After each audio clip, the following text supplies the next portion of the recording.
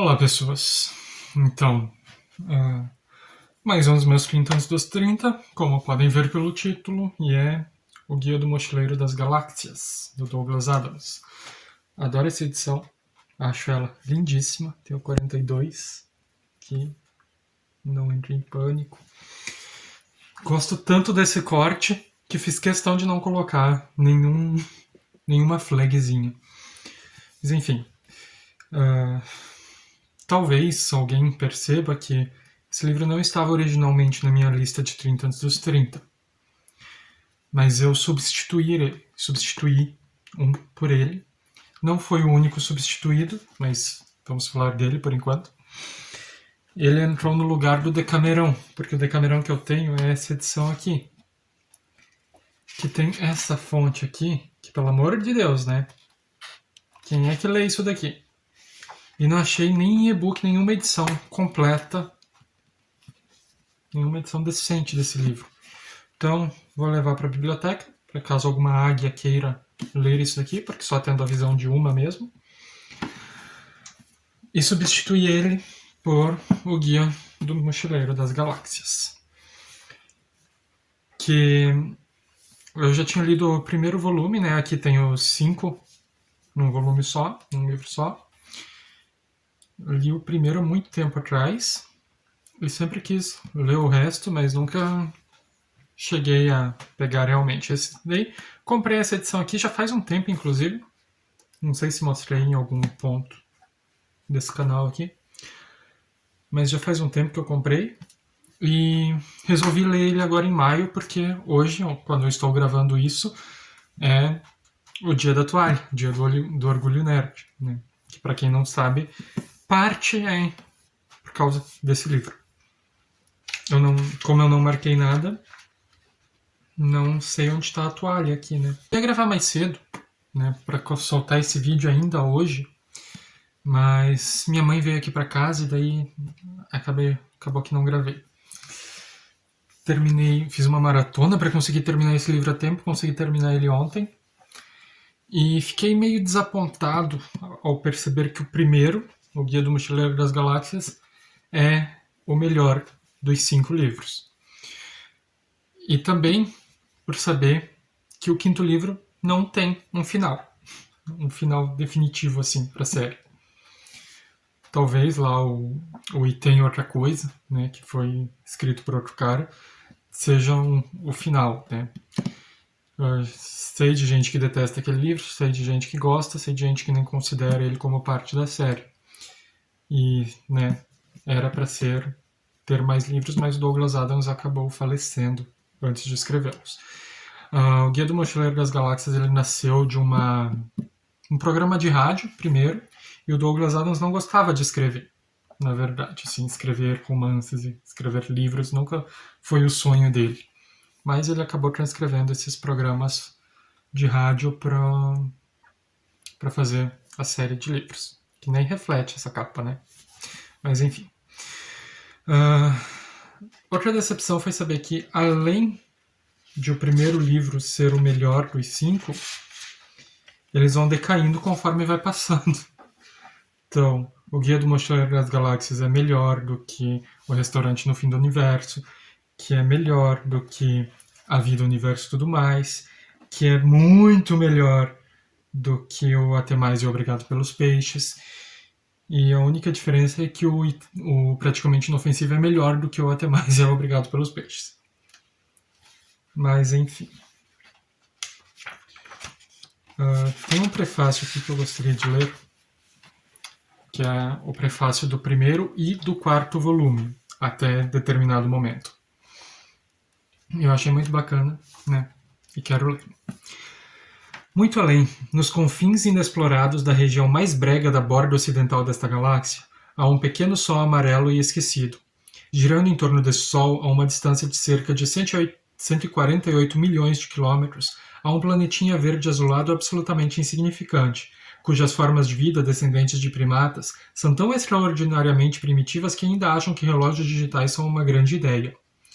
Este planeta tem, ou melhor, tinha, o seguinte problema: a maioria de seus habitantes estava quase sempre infeliz. Foram sugeridas muitas soluções para esse problema, mas a maior parte delas dizia a respeito basicamente de movimentação de pequenos pedaços de papel colorido com números impressos, o que é curioso, já que em geral não eram os tais pedaços de papel colorido que se sentiam infelizes. E assim o problema continuava sem solução. Muitas pessoas eram más, e a maioria delas era muito infeliz, mesmo as que tinham relógios digitais. Um número cada vez maior de pessoas acreditava que havia sido um erro terrível da espécie descer das árvores. Alguns diziam que até mesmo subir nas árvores tinha sido uma péssima ideia, e que ninguém jamais deveria ter saído do mar. E então, uma quinta-feira, quase 2000 anos depois que um homem foi pregado num pedaço de madeira por ter dito que seria ótimo se as pessoas fossem legais umas com as outras para variar, uma garota sozinha numa pequena lanchonete em Hicksmansworth de repente compreendeu que tinha dado errado todo esse tempo e finalmente descobriu como o mundo poderia se tornar um lugar bom e feliz. Dessa vez estava tudo certo, ia funcionar e ninguém teria que ser pregado em coisa nenhuma. Infelizmente, porém, antes que ela pudesse telefonar para alguém e contar sua descoberta, aconteceu uma catástrofe terrível e idiota, e a ideia perdeu-se para todo sempre. Esta não é a história dessa garota. É a história daquela catástrofe terrível e idiota, e de algumas das suas consequências, e também a história de um livro chamado Guia do Mochileiro das Galáxias, um livro que não é da Terra, jamais foi publicado na Terra, e até o dia em que ocorreu a terrível catástrofe, nenhum terráqueo jamais o tinha visto ou sequer ouvido falar nele. Apesar disso, é um livro realmente extraordinário. Na verdade, foi provavelmente o mais extraordinário dos livros publicados pelas grandes editoras de Ursa Menor, editoras das quais nenhum terráqueo jamais ouvira falar. E aqui continua falando do livro, mas enfim, né? O primeiro livro, né? Os vídeos dos meus 30 são basicamente para contar a história. Aqui eu vou dar uma corridinha porque é um livro grande e tem muito acontecimento em cada um dos 5 volumes que estão todos aqui dentro. Então, né, teremos que ser breves.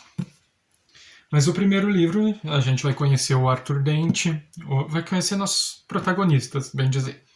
O Arthur Dent é um cara que ele tá ali vivendo a vida dele, e daí ele lembra que estão querendo destruir a casa dele. Daí ele vai e deita lá na frente dos tratores para não derrubarem a casa dele.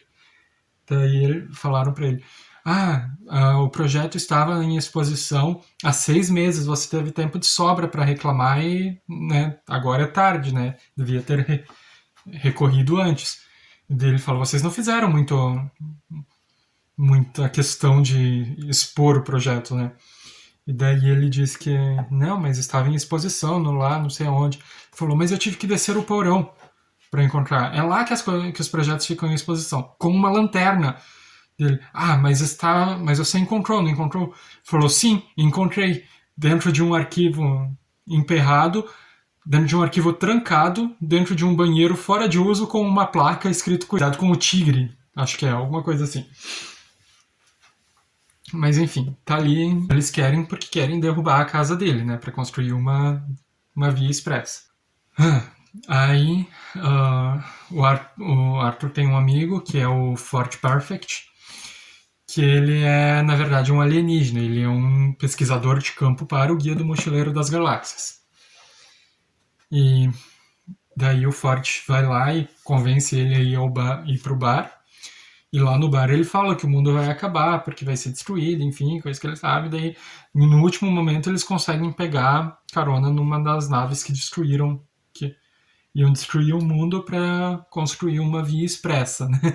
Uma via de hiperespaço ali, né? Que ia passar por lá, como se a Terra ficasse estacionada no espaço. Mas enfim. E daí começam as loucas aventuras deles ali. Tem o presidente da galáxia que roubou a nave Coração de Ouro, que é uma nave movida por um motor de improbabilidade infinita.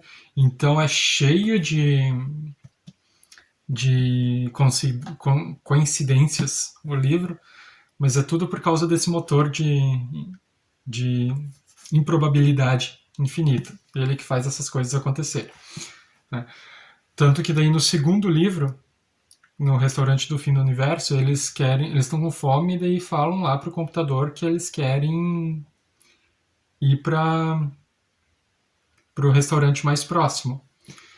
né? E eles estão lá num planeta onde eles estavam ali no final do, do primeiro livro. E acho que é nesse. É no primeiro ou é no segundo ou no terceiro, na verdade, né? Não, é nesse segundo mesmo.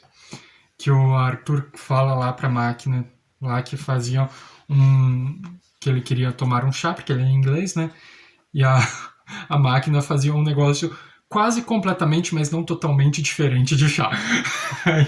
O Bom Humor é um dos livros mais bem-humorados, assim, eu acho que é o livro mais engraçado que eu já li na minha vida. Principalmente o primeiro. Isso também perde um pouco a força nos outros, mas o primeiro é fenomenal. Fenomenal. A minha nota desse livro aqui é carregada pelo primeiro livro. Aí ele quer tomar um chá e daí ele explica para a máquina como fazer um chá e daí a máquina se junta com o computador principal da nave para fazer um chá e eles ficam ali pensando em como fazer o chá. Ah, aí, né, eles são atacados, enfim, e daí eles querem ir pro restaurante, né? Viu o motor de probabilidade infinita, joga eles pro fim do universo, sabe? Pro fim para quando o universo está prestes a ser destruído.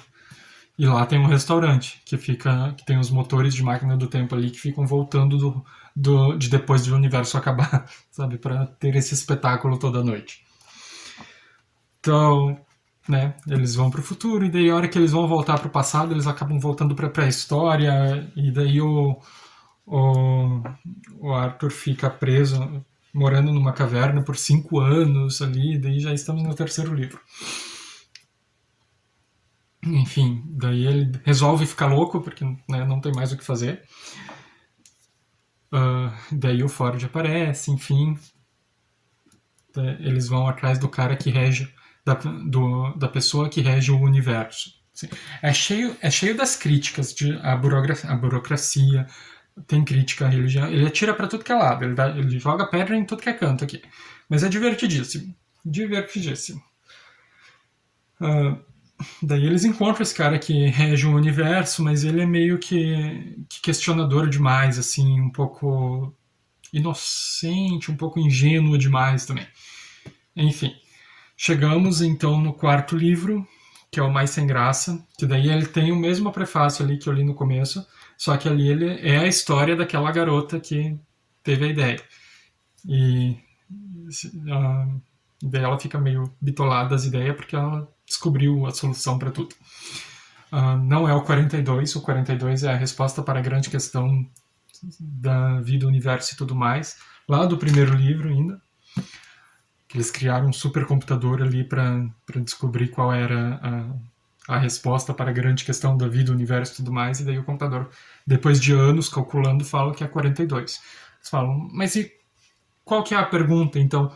Dele, vou ter que pensar, vai demorar 7 bilhões de anos. Aí lá de volta lá, quando a guria descobre as coisas ali, fica meio bitolada, ela tem uma situação ali ela tem um envolvimento com o Arthur, é basicamente um livro de romance, o quarto, por isso que eu não curti.